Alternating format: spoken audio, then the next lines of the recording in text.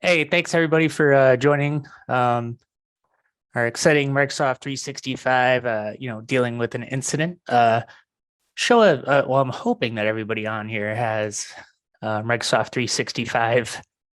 Maybe that's why everybody's here. Give me a thumbs up if you're actually your organization is using Microsoft 365. And Mike, Ben, Chris. Oh yeah, we got a bunch, right? Yeah, you see it lighting up all around the board here. So yeah, obviously, we let me turn my camera on here.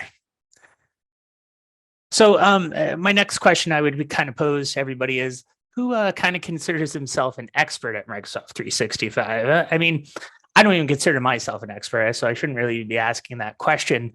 But it's such a large suite of tools, and there's just so much going on. And I feel like a lot of people have had this kind of thrust upon them as people were moving email systems to, Exchange Online, and then all of a sudden it's Microsoft 365, and now all of a sudden, if you were just like a normal Exchange administrator or a system administrator, now you have the whole responsibility of managing essentially Active Directory, um, file servers, SharePoint servers, all this in the cloud. And it's especially tough for small and medium organizations where you don't have the time to do the training and things like that. So decided to kind of put this presentation together because we wanted to, just kind of share our experiences that we've seen. We've getting a lot of customers recently who said, oh, somebody's email got breached. And just kind of the experiences going on with that as far as, okay, what should you do if an account is actually breached? So I'm going to start off with some slides, and then I'm also going to hop on a developer instance of Microsoft 365 that has a full E5 licensing. So just kind of give me a second here while I pull up my slide that is severely minimized for whatever strange reason. Oops. So I'm going to keep it in just a normal. Oh God, if I mentioned how much I hate Zoom, such a finicky little thing, especially when you're trying to share screens and everything like that. All right, so I'm sharing my screen now with the Microsoft 365 slides here. Again, it all kind of stems from a bunch of different incidents that we've seen, and it's only going to get worse because as organizations move from on-prem email, which a lot of them are, to email services in the cloud, mainly Microsoft 365 and other ones, mainly Google, right? The G Suite's another one. I think those are primarily the two major players. If you look into Microsoft 365 as far as their whole suite of security services, if you're familiar with the Gartner Magic Quadrant, it's one of the top leaders in the space. So it doesn't surprise me that a lot of organizations are moving towards it. Plus, Microsoft, everybody likes to, complain about Microsoft, but the reality of it is they do run the majority of the business world and the education world and everything like that. So I don't think it's going anywhere anytime soon. So just kind of moving on here. 50% of organizations in Microsoft 365 has suffered over 500 data breaches. That's a good number.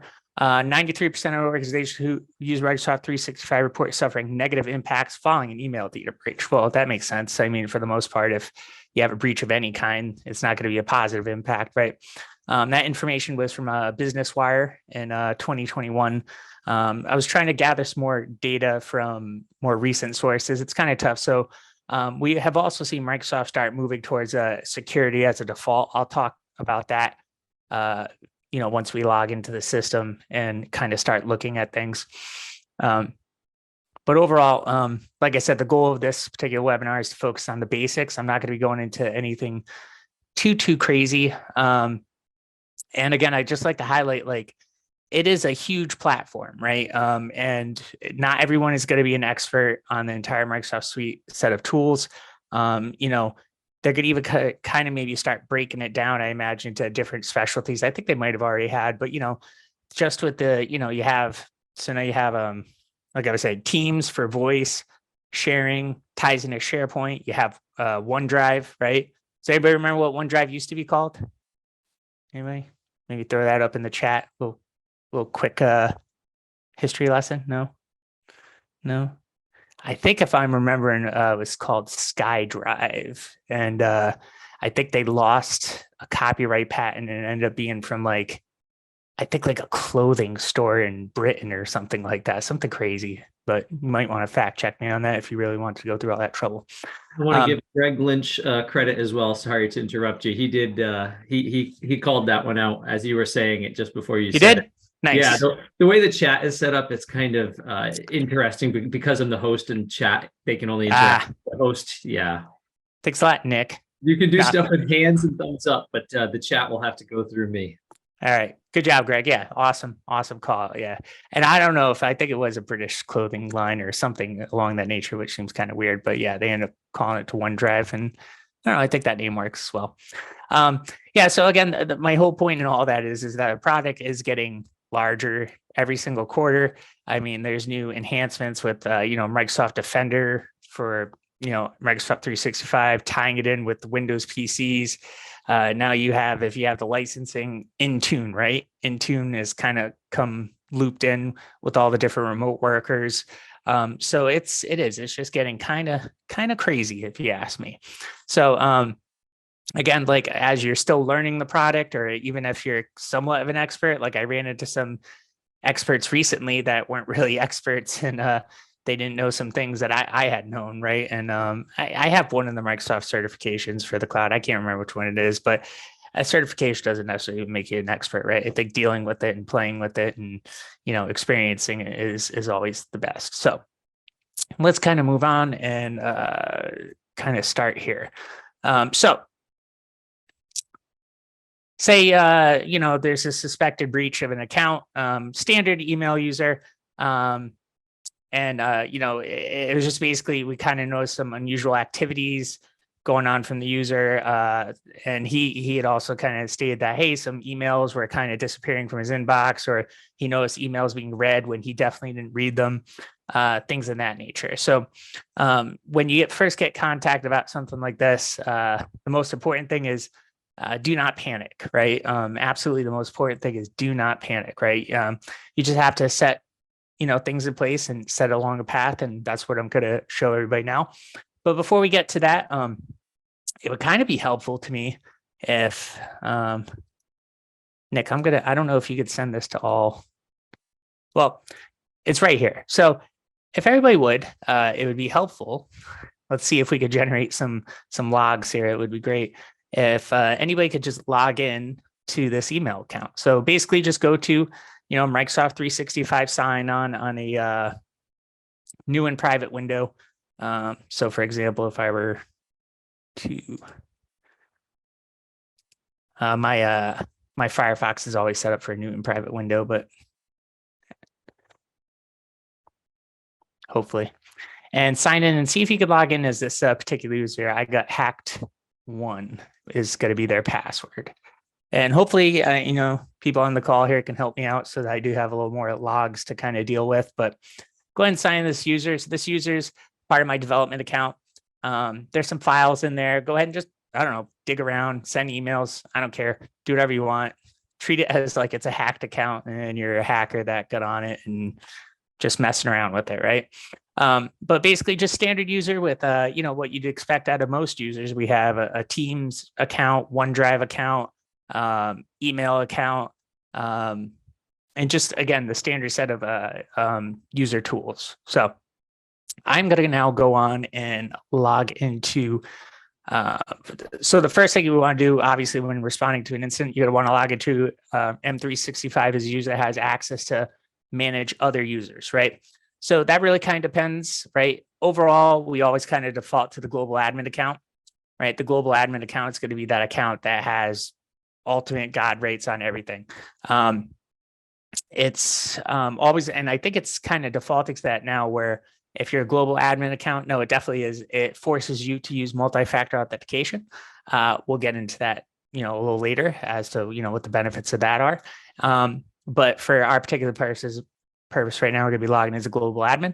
And on top of that, Basically keep in mind that there are other roles depending on your organizational goals, your structure, like help desk administrator. You could also make your own custom roles to like really just make sure that you can manage users and not anything else. Because once you're the global admin, you have access to every single admin function within the whole Microsoft 365 suite that you're licensed for. In addition, you could also sign up for trials of things as well. So let me go ahead and minimize this, or pull up this anyway. All right, so I'm logged in as my my account here, JR. I am a global administrator. I'm going to go over to active users, which is really always a good place to start. And I'm going to just take a quick search for me.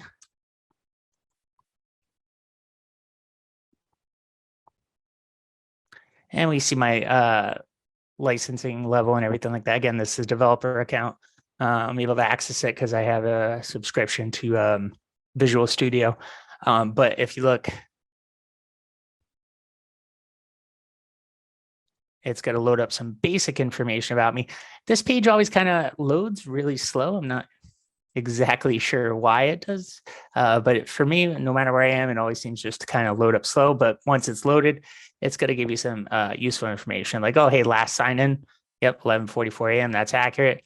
Alternate email addresses and roles. That's the area I was talking about earlier. And as you see, I am a global administrator.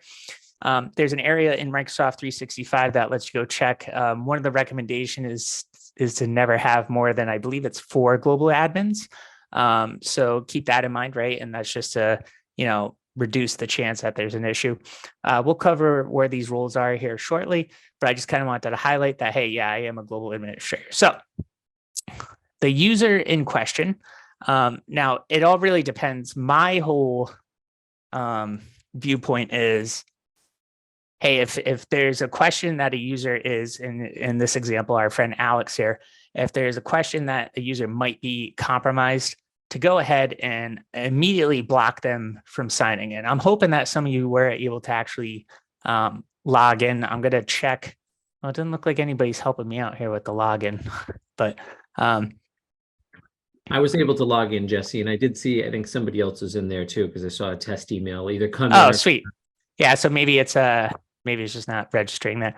So right off the bat, Ripley, see that, hey, maybe that's not the most useful last sign-in information, right? But again, this is a developer account, so things might be a little delayed, and also we'll see a little bit of that later. But let's go ahead and before I move on, so even if you suspect that there's logging, a malicious user accessing it, the first thing you want to do is block sign-in, right? Blocking the sign-in is going to basically make it so that the account will still be able to get emails and things like that, but it's not going to allow anybody to access the account. All right. The other thing is it will start initially, initiating a sign off of the account from all devices and things like that. But I always like to go ahead and do this manually once the block sign-in is saved. Yeah, they're blocked from signing in. So I'm going to go ahead and click, and like it says, they'll be automatically signed out. If it isn't, I always default to going, hey, no, let's just force sign them out. And again, it still can take some time. It'll even tell you it's going to take some time, hey, to go ahead and sign this particular user out. But give me one sec while this kind of flows.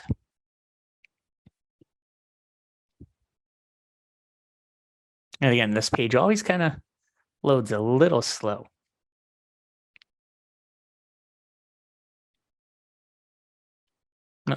The sign out option has not loaded up, so I'm going to go ahead and click a refresh. But I'm expecting to get like a sign out area here. Sometimes it doesn't show up, and maybe it just kind of went ahead and got rid of it because the unblocked sign in. Usually you see the, hey, sign out of everything automatically or immediately, but not a big deal. So it is going to initiate a sign in. Oh, and look, it did have last sign in, and update the data. So again, it's my development account, so it's a little bit slow. The other important thing to kind of note here, I'd like to show everybody that, this could be a much larger incident depending on, right, the roles that this user has, right? So the most important note here is no administrator access. That is great. So that means that we're going to limit our scope here a little bit. Nick, why do you got your hand up? Greg just wanted to share with you, he got kicked out just a few seconds after you hit block sign in. That's even quick. Wow, that's quick. So again, that's awesome because, it does say up to 60 minutes, but look at that. It kicked you right out. So that's great, right? But it could also be like a regional thing or it just depends, right? Maybe if you're on the West Coast, it's taking a little bit longer. Depends on how their services are responding and hitting, right? Another person said that the same thing happened to them, but I have one person here saying they're still logged in. Another person saying they're still logged in. So yeah, it's hit or miss. I have a question for you too. Yeah. Does disabling a user in AD have the same effect with all sign-ins being signed out in 60 minutes? We use AD integration to block and grant access. Right. So it depends, right, on how your that AD sync relationship, right? It depends on a number of things, right? It depends on how healthy is your on-prem AD, right? It can immediately push it through, but I would do it in both places just to be safe, because like if on any level that AD sync isn't working properly or there's a delay, then you're relying on, hey, your on-prem server updating. As we all know, domain controls, nobody really has one domain controller, right? So updating all the records, syncing all that up, and then the server that's pushing your AD sync, pushing that change up to the cloud. Plus you have to have it enabled for that 2A sync, which it's been a couple years since I dealt with the on-prem versus online. But initially it wasn't a 2A. So just to be safe, if it's set up, yes, it will. If it's set up, it'll eventually disable and sign out. If it's not, you're going to have a problem. So it's always good just to do it from this panel as well. So do it in both places. I know that might seem like an extra pain in the butt, but it's better to be safe than sorry, right? Hopefully that answer. It was a roundabout way of answering your question. So I would say no, it doesn't, just to be safe, and go here and block the sign in and disable the user on that end too. All right. So overall, yeah. So as we can see, the sign in is now blocked. We could see that, hey, this user doesn't have an administrator role tied to him. So that's going to make our job a little bit easier. But we still want to make sure that, hey, the end user is secure and that they could continue to use their email without any negative effects, right? But before we go on there, let me just move forward a little bit. A couple of other things we have to check to make sure that the end user is indeed secure. So this was the reference earlier. Once I hit that block sign in, it removed this. Are you guys, Nick, still seeing my screen here, right? And share just the browser window? No, we didn't. Yes, I can see your screen. And one user just reported too that they're logged in but unable to send. Yeah, so it's slowly signing you out of different services, right? The Microsoft 365 suite is huge, so it's luckily just bouncing everybody off. All right, so sign out of all sessions, et cetera, et cetera. Let's go ahead and next thing we have to really look at is a lot of things that can happen is email forwarding, right? Manage email forwarding. So a lot of times when an account gets breached, and Microsoft's gotten so good with this that they've notified, like when you have email forwarding set up, it automatically tells you. Plus the security defaults also don't allow for forwarding outside of your domain, which is another helpful thing. If your organization allows for forwarding outside of domains, I highly recommend that you stop doing that, because it's a huge security risk for you, right? Because if somebody could grab an account, they could essentially just grab all those emails, forward them out, right? Or set a rule to forward emails out and delete emails as they come in. And then you're just going to have a mess of things, especially when you start going to reset passwords and things of that nature. Plus, it's also like a long-term game, right? If you don't actually check this area and you just re-enable that person's account, they're going to get back in because eventually there's going to be some password reset function or something else. So this is another area you want to immediately check after an account has been breached, the email forwarding. There's also so this is probably the easiest way to check it, but attackers have gotten pretty sophisticated. I've seen this in G Suite before, where I don't know how they did it, but they hid a rule to where I couldn't see it. And I forget how I ended up finding it, but I had to do some craziness on the panel to have that rule showed up. So another good way, and I'm not going to cover this, but you could look it up, would be to connect to the PowerShell Exchange Online and check forwarding rules like that. There's tons of I'm sorry, Microsoft documentation on, I was going to say Google Microsoft documentation, but there's tons of documentation online how to like connect into the Microsoft tenant. It's pretty easy. It's actually right here. The easiest way to get to it is through here. I would have to have so I'll do a PowerShell. I'd have to make a subscription. That's why I can't do it for you right now. But connect in and then pull all those auto forwarding rules from a list. But again, the easiest way to do this right off the rip here would be go to Mail. And then manage email forwarding. Well, first you want to check to see if applied email forwarding is being applied. And if it is, then you have to deal with it. The other thing you're going to want to look at is read and manage permissions or send as permissions or send on back, and clear all these out for the time being, because you don't necessarily need them, right? Also another area, automatic replies. Like what if you're automatically replying to people's emails saying, hey, contact this person because this person is no longer working here, right? So keep all that in mind. But first, manage email forwarding. And we see all these emails are going to my email automatically. Hey, I know some of you did say you sent some. I wonder if I got any in. One more quick question. I did. I got one. That's great. You've been hacked. Thank you, whoever said that. 112. That was mine. Oh, there you go. Thanks, Darren. Quick question for you. Is sign out typically faster than selecting block sign in? I don't have a good answer for you on that. They both report 60 minutes. So I don't know like I said, it could just, like some of you reported, like you immediately got signed out, others.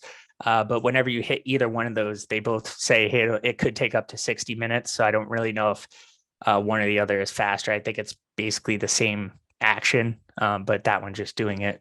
So that one could be doing. So the one that I was showing you on the slide, that could be applied for other reasons, like, oh, hey, I want somebody to re-register for two-factor, and that's why you hit it there. You don't necessarily block in, but so they both do reference it could take up to 60 minutes to sign everybody out. So I don't think either one's faster than the other. All right, so you want to turn off email forwarding. Again, it would be a good idea just to follow up maybe with some exchange reports about there is an exchange report and they move it like every week. So I'd have to go kind of dig for it right now, but that's something, you might want to do afterwards just to double check to make sure there's no other email forwarding going on. But this is the quickest way to do it. And if this user's account itself was hacked, this is all, somebody setting up a forwarding rule is pretty simple for them to do. So that's the best thing to check right off the rip there. Again, that's going to make it so that, when we do allow this user access again, they're not going to immediately be breached, hopefully, right, again. So while you're kind of investigating, right, you have the mail area. We did just check the email forwarding. You want to make sure, again, to remove any permissions that have been granted on this mailbox. Even if you think it might be legit, it's just best default to reset it all, right? And then also check the automatic replies.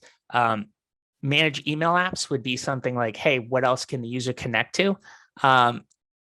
So this should actually be off by default for the most part. I'll cover that. Like this is like kind of older legacy stuff. You really, before you do it, obviously, you want to make sure your organization can support turning this off, because some people are still reliant on these for like older devices, like especially if you're dealing with Exchange Active Sync and things like that. But I'll cover the Microsoft security defaults a little bit later and mention that.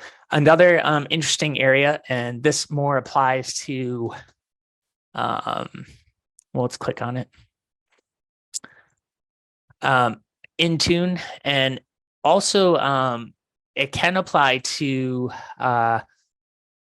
another area to check would be if we had two-factor authentication. So I saw recently where there was a device registered by an attacker to approve two-factor authentication prompts, which was pretty amazing because we're digging in to the multi-factor options. And this isn't necessarily where this is, I'm just mentioning it off the cuff here, is that yes, the user account had two-factor, and we'll kind of talk about how the account got hacked here in a minute.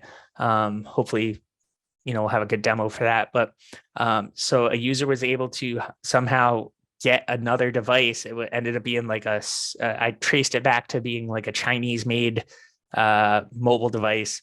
And they were able to register that device for two-factor authentication, which again is very dangerous because now even if you have the two-factor, they're able to approve that request there. All right. So going in, so again, we just took the initial steps to make sure that this user is somewhat secure and everything seems to be happy, hunky-dory. And the user's still blocked. So again, I would wait a little bit. I would wait up to that 60 minutes to make sure that there is no signed on sessions. The other thing we could do in the meantime to kind of monitor and observe this would be to go to the account, and we see failures of signing in. We see people still trying to sign in or sessions eventually getting kind of plugged away. I'm going to go ahead and click the last 30 days. It's going to give me a little brief overview here of what's going on. Yep, and we see the user account is disabled. The user account is disabled. So we did have a bunch of successes. And I think this is right. Man, a lot of you logged in. The heck? So that's good. No, that's kind of what I wanted. But we have a lot of successes. What's not here is the full details of the, of the activity. So let's review that. And again, this will kind of take us back to, hey, if there is suspected activity on an account, right? Like where can you look to see, hey, is this, legit, right?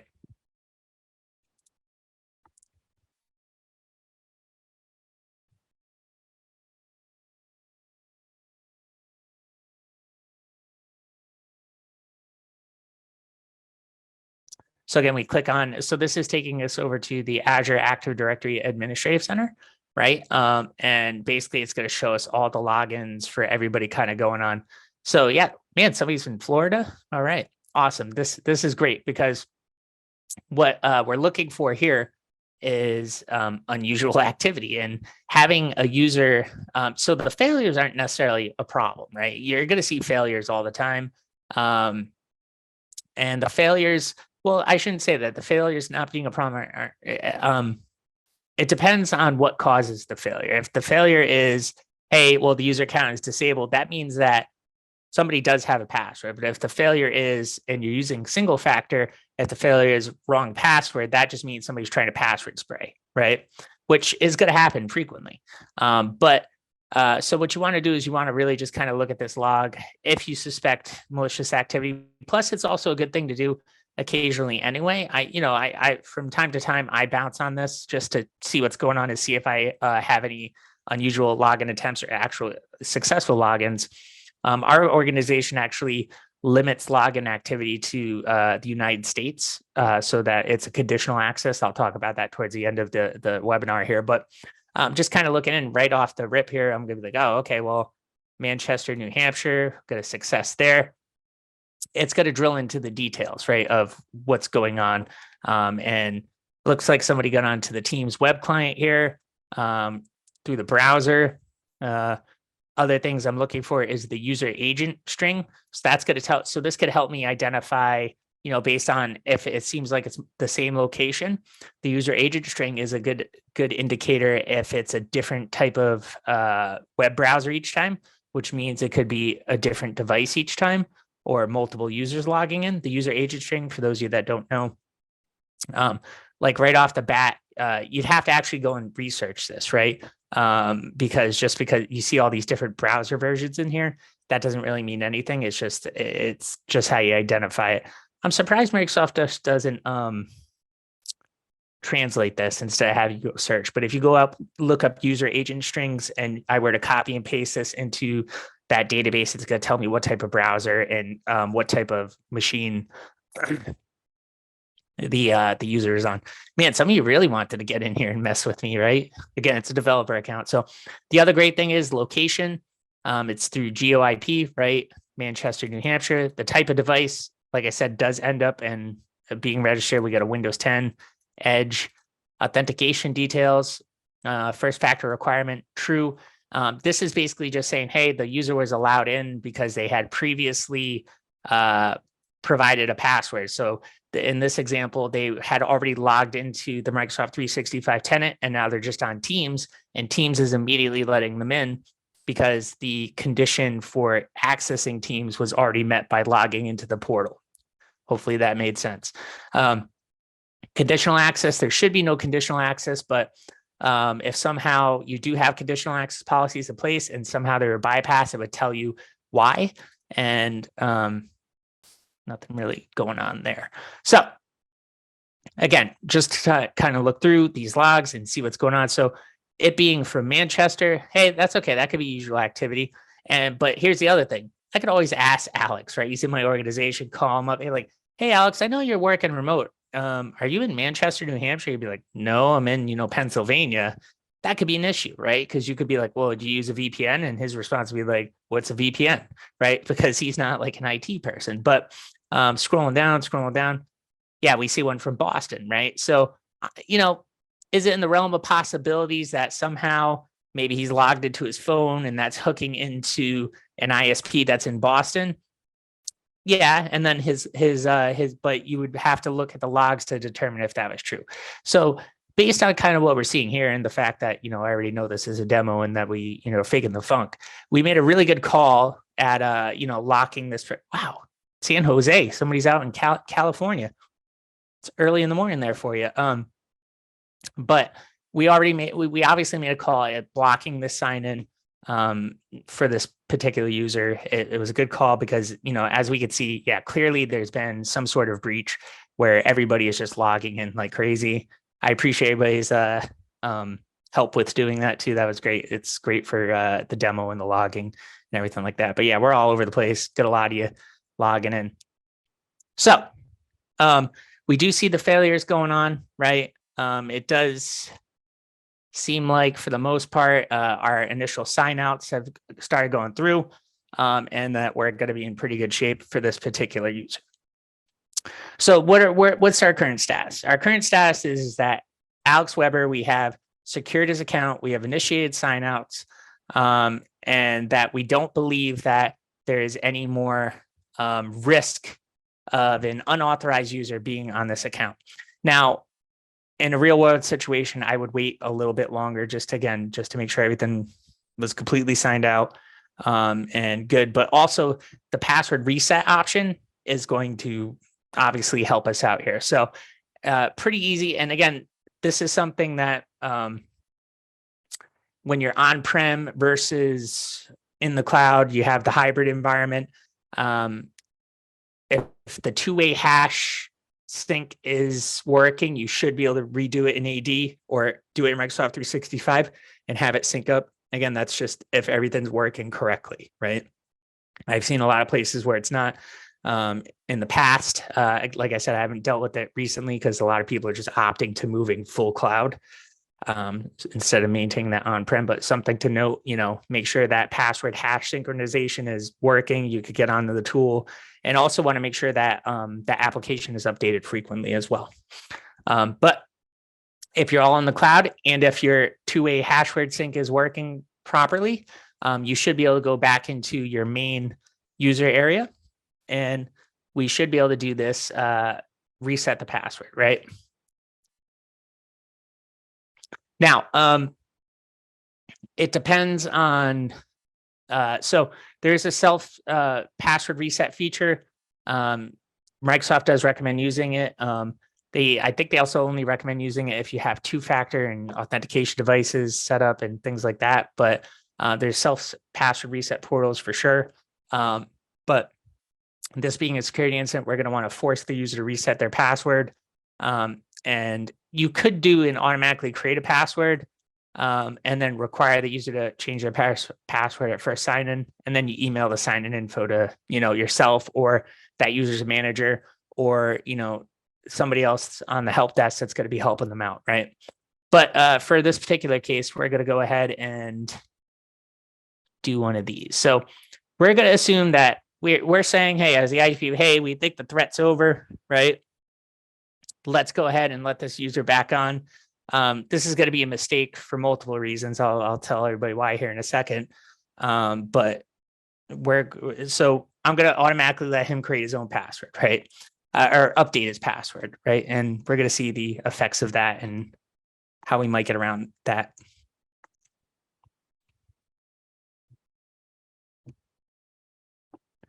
All right, so commonly, right? Let me go back to my slides here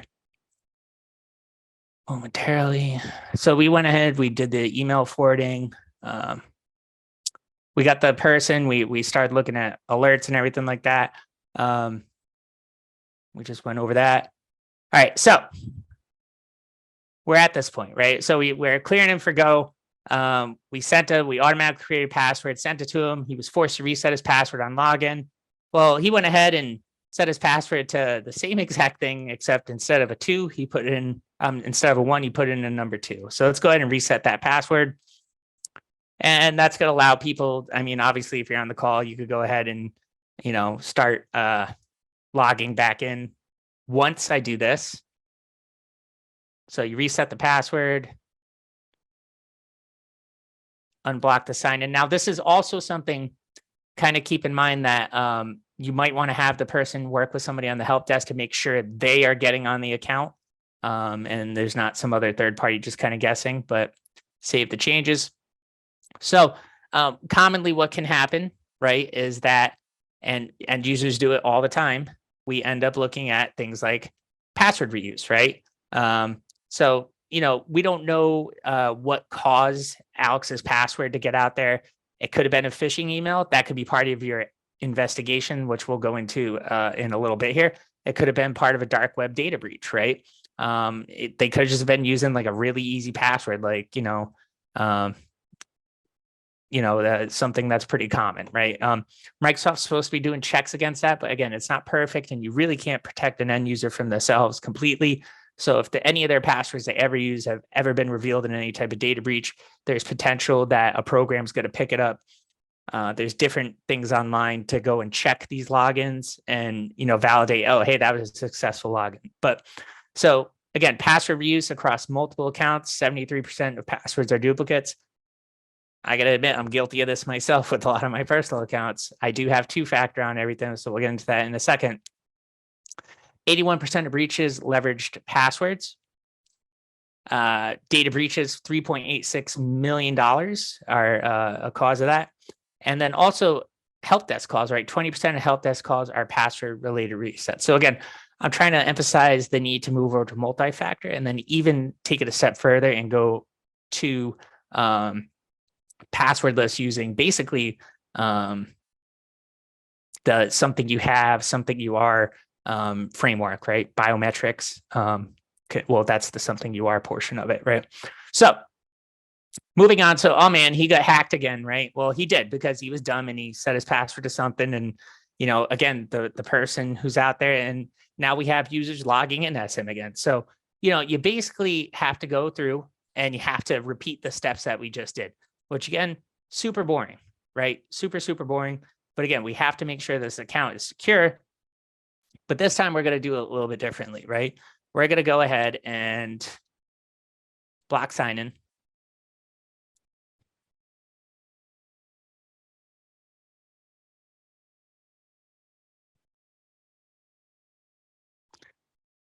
And again, that should initiate the sign out, which is new. I didn't think it did that before.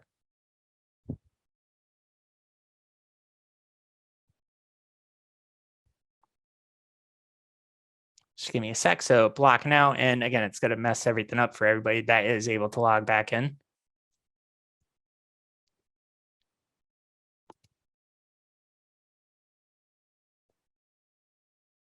And now we're going to go ahead and make sure that 2-factor is on or multi-factor is on for this particular account.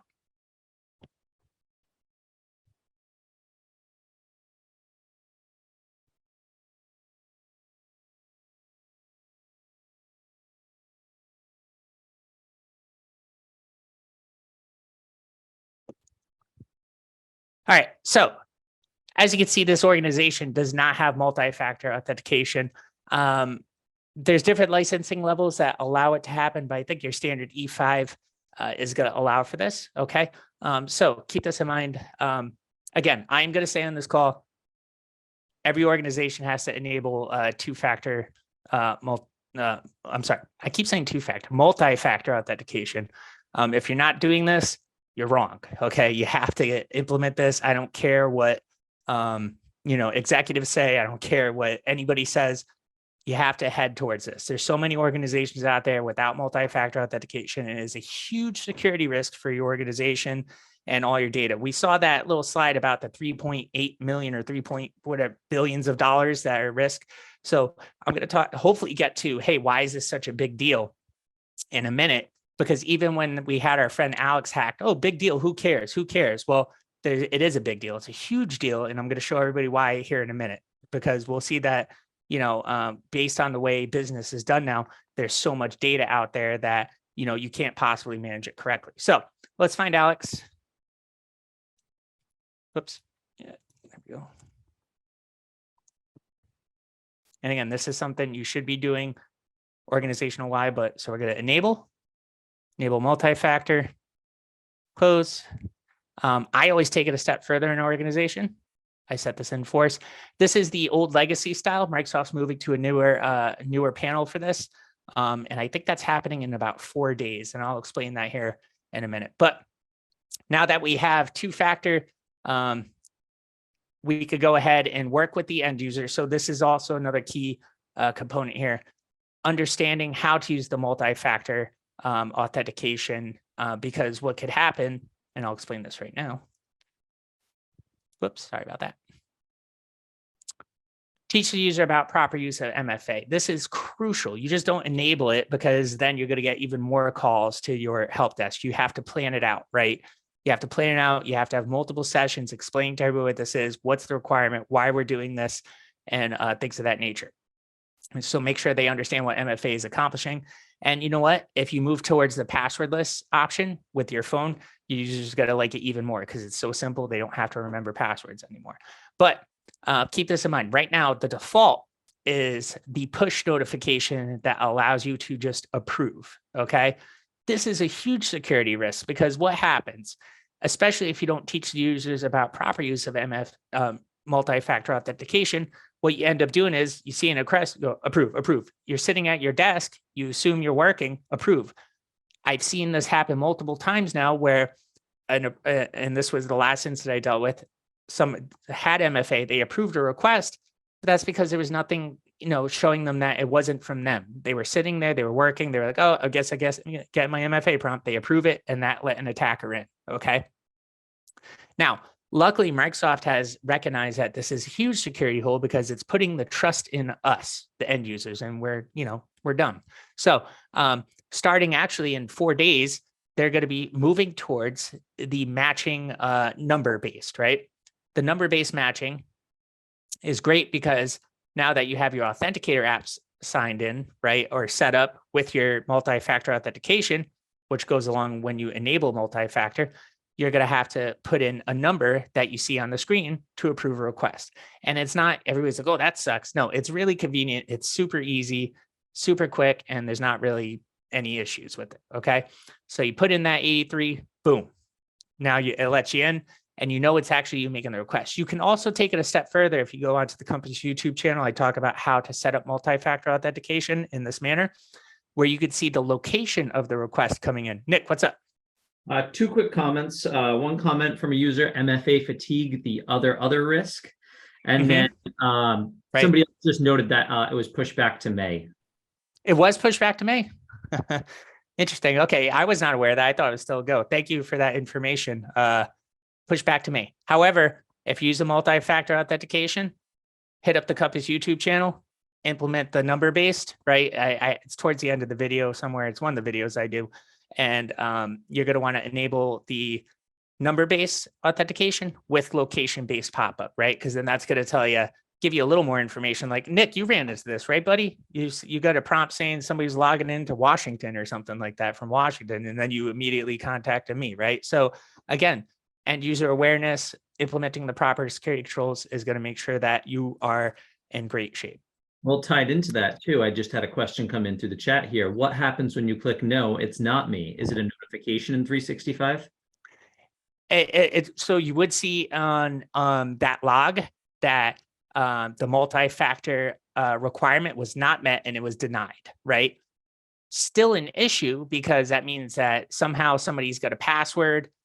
So you do want to go ahead and take those steps about resetting the password. However, you don't necessarily have to worry about the data breach. You can go back through the logs, though. Highly recommended those sign-in logs to see a chain of events that went on. So it would come back and log. It would deny the request and it'd say failure, multi-factor not met.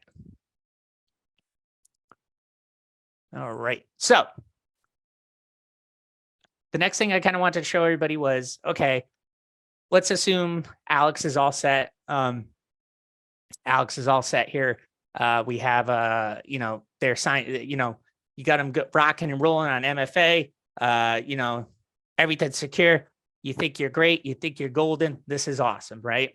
Well, a lot of organizations just assume, hey, we're good. We don't got to worry about it. Everything's great, right? He's secure. He's got the MFA. Nothing bad's going to happen, right? Well, let's take a look at some other things that you have to absolutely follow up on now that the end user is secure and they're continuing business as normal, right? So with that being said,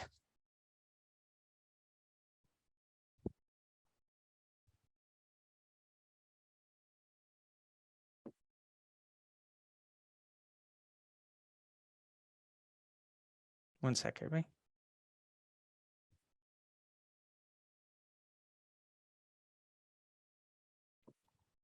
All right.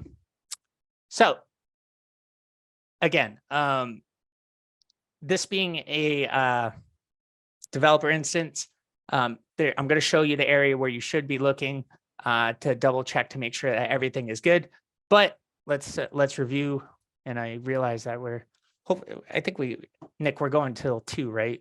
We have some time. So You are correct. You're in good shape. Yeah. So first of all, let's go ahead. So you're going to hit up the Microsoft security portion of the admin panel here, right?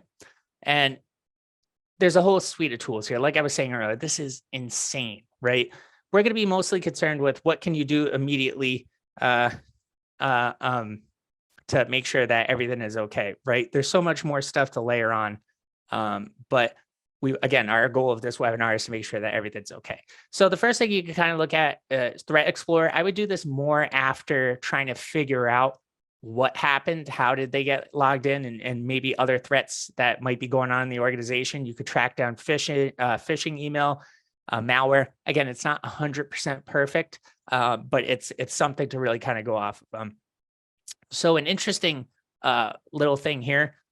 We know that in the problem that we had, it was Alex as being an end user, right? We see a threat here, my email login. This is pretty interesting, right? So let's kind of click in here. And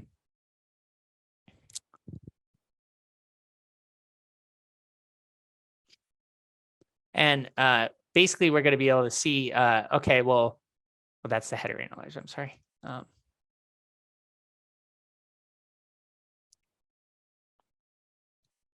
You know, I forgot that I'm not gonna be able to log in as this person because we did all that stuff. All right. So what I'm trying to get at with here is digging in, you'd want to drill in to be like, hey, why is this person sending my email login to Alex, right? Well, if we were able to get into their inbox again, which some of you might be able to, you're going to see an email from the boss, right? And the boss happens to be this user account, Miriam, right? And I wish I had the email for you. I don't want to waste time logging in, logging out. But the basis of this is that Miriam sent Alex her email password, her Microsoft 365 password, because she's a big wig. And she said, you know, Alex, you do all my work while I'm not around, right? Which, you know, shouldn't happen, but it did, right? And so that's why it's kind of coming up as a threat. Microsoft detected that this was being sent to Alex and it's a threat. So it's something to certainly investigate. But for all you smart people, you know, message Nick, what do you think that means? The attacker had access to Alex's email. If her password was in his email, what does that mean? What could that possibly mean, anybody? Nick, we getting anybody? I will I'll notify you as one person wrote she gets hacked. She does get hacked, right? So now people are logging in as her. People are logging in as her. So this little minor investigation has just become much bigger, right? It has just grown, right? So now we have to go through, we have to review Miriam now, right? So let's just take it. And again, this is something that a lot of people don't think of the after actions, right? Is what did this particular user have access to that the attacker then had access to? And we'll segue into something next real quick, but just to highlight this, if we go back to the user detail panels,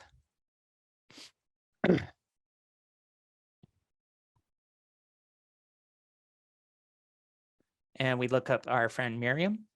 I'm spelling Miriam wrong. I think hopefully I spelled that right. So Miriam's the big wig, the boss, right? Somehow early on, what did Miriam do? Miriam somehow early on, when they were first implemented Microsoft 365, got access to what role here, people? Well, it's the global administrator role, which means now that you have a much larger security incident on your hand, now there's other steps that we have to take. Steps that I kind of wish I had planned out for a little bit better, because I could talk about this for another 30 minutes or so.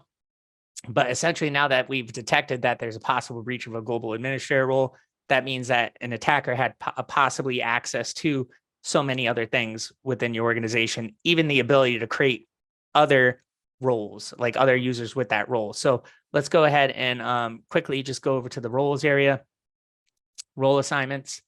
And like I said earlier, you want to check that global administrator role to see who has access to that. You should know everybody that's in this global administrator role. Firstly, you want to do that if again, a global administrator, higher level got access. You want to review every single one of these major roles here in order to make sure that every user listed in these roles is known to you. And if not, you want to immediately remove them and then take further actions on it. So as you can see, oh, geez, what's that Microsoft admin one?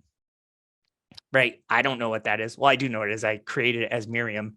But yeah, overall, we have a much bigger security incident just on that administrative nightmare side of things now, right? Going back, let's review Alex a little bit, right? If we were to go into Alex's account, and I am going to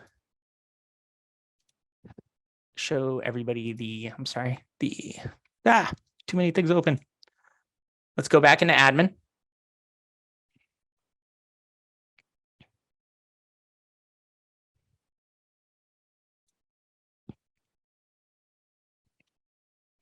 We're going to go into security. Oh man, I wish we had a little more time. We're going to go a little bit over here, people. Hopefully there's no objections. And we're going to want to scroll down and we're going to want to go to the audit. Whoops. Yeah. Again, updates happen all the time. Go to the audit portion. And again, so this might not be on your tenant by default.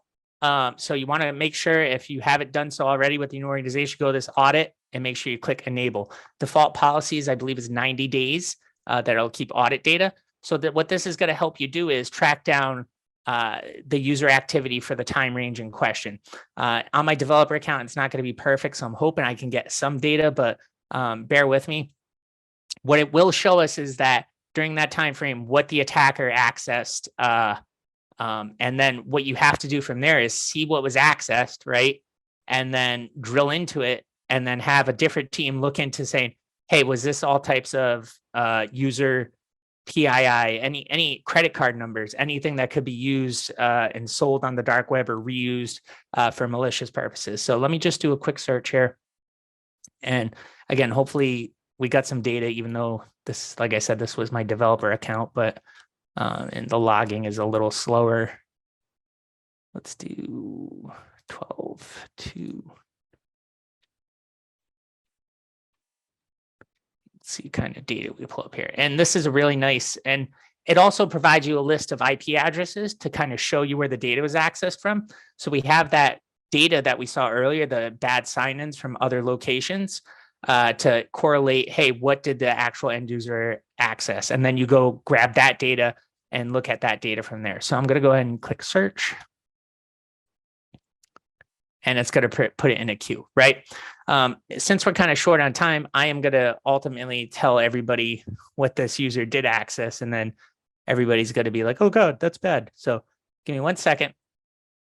So we know for a fact that the attacker did access Miriam's, that email from Miriam anyway.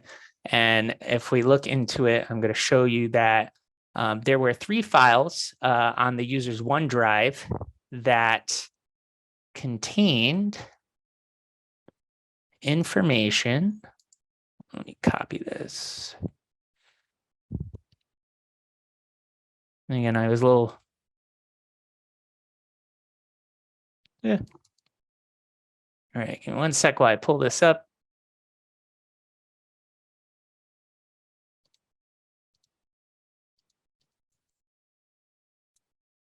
There we go. Ah, too many things. 1 sec, everybody, sorry. That contains all sorts of juicy user information here.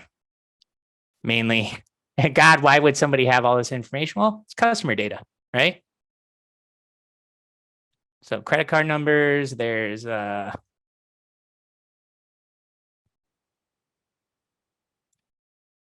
location, so a whole bunch of PII. There's, I know there's social security in here somewhere.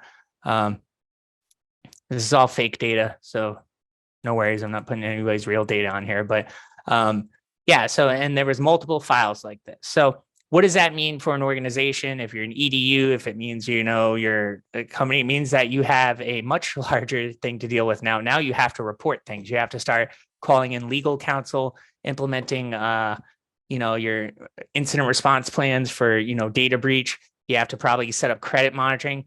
Another thing you might have to do is contact your cyber liability insurance. So again, the point of this is, hey, yeah, while we responded to the incident, we made sure Alex was secure and we made sure that he wasn't going to get hacked again. What are the after effects? What ended up happening during that time frame? And as we could see that the user did have access to all this types of PII and confidential information, also was able to gain access to an administrator level account and cause all sorts of havoc. Nick, yes. 2 quick things. First off, as we get towards the end here, I just wanted to remind everyone, if they have any questions, to put them in the chat. I have a question for you right now. One user said, did he extract that XLSX from O365?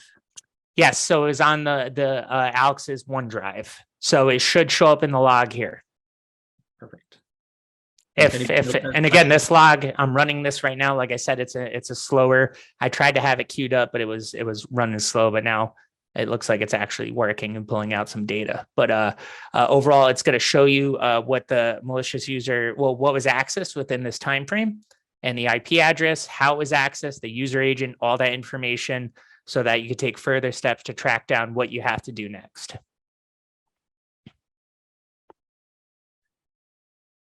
Perfect. I just had another question come in about the video recording. That will be available on our YouTube channel, if not tomorrow, then on Monday. That YouTube channel is youtube.com/Compass IT Compliance, all one word, and it is in the chat as well. So if you want to subscribe there, you can see this webinar when it's uploaded, and all our future ones. I upload all of them up there. And we will make the slides available to ISACA. They typically distribute them out to the attendees, but if anybody wants the slides, feel free to reach out to us either in the chat or after the session. You can just reach out to us online and we can give you the slides directly, but I do make those available to the ISACA team, who then typically distributes them. Great, everybody. Yeah. Sorry, I know that was quick. I know that was the initial, like I said, keeping it in the basics to immediately relieve yourself of any type of breach. And also, you know, we immediately, you know, saw some additional steps. Maybe we should do another webinar, like more about the audit tool and tracking down and hunting and threat hunting and all that. But hopefully that this was somewhat informative for everybody, and hopefully good info was had, and maybe something you didn't know, or just, you know, hey, a little helpful refresher. I heard you say another webinar. I hope you know what you're signing yourself up for, Jesse. I actually don't want to do that. So Perfect. Well, I think that's going to wrap up everything. I already kind of talked about the where this is going to be as far as YouTube. Feel free to drop your email in the chat if you want me to email you those slides after this. Nobody else can see it because all the messages go directly to me. And if you haven't already done so, set your first and last name as your name in Zoom. You can go onto the participants panel and then click the 3 little dots, and it gives you the option to rename yourself in Zoom. So set your Zoom name as your first and last name if you're looking to get the CPE credit. It just makes it easier for when we coordinate with ISAC New England after this. I give them the attendee list, and if they're able to easily cross-reference your name with the registration name that you gave, then it makes it a lot easier to give out the CPE credits. And if you have any questions for us after this, feel free to reach out to us, compassitc.com. Be happy to answer any questions you have. So that's gonna kind of everybody, hang on for a sec. We're just going to take a quick look at these results that pulled up. All right, so we see user signed into Teams. We see mail items access, user logged in, user logged in. Again, we say, and it's also note the time difference. So remember that's in UTC time, but we see a whole lot of stuff going on, kind of related. We see the different IP addresses logged. We could see,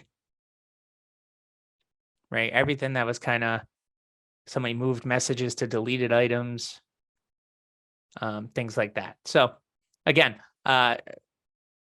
if you haven't done so in your organization already, go to this audit tab within Microsoft 365 Defender. Make sure it'll prompt you with the big red thing saying, oh, auditing hasn't been enabled. Do you want to enable it for everybody? Go ahead and click on. And my final note is if your tenant was previous to 2019 deployment, you're going to want to make sure the Microsoft 365 security defaults are on by default. Don't just turn them on. Make sure you understand the implications of it because it's going to change a lot of things around. But yeah, that's a good way to secure your organization with some best practices by default.